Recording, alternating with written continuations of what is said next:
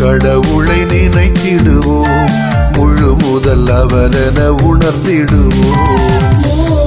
கடவுளை நினைத்திடுவோம், முழு முதல் அவரென உணர்ந்திடுவோம். முழுமையாய் அவரிலே நம்மை கொடுப்போம், முழுமையாய் அவரிலே நம்மை கொடுப்போம். முதலிடம் இறை என நாம் பணிவோம், நம்பிக்கை வளர்த்தல்வி நற்செய்தி தூதுரை கீதங்கள் நாம்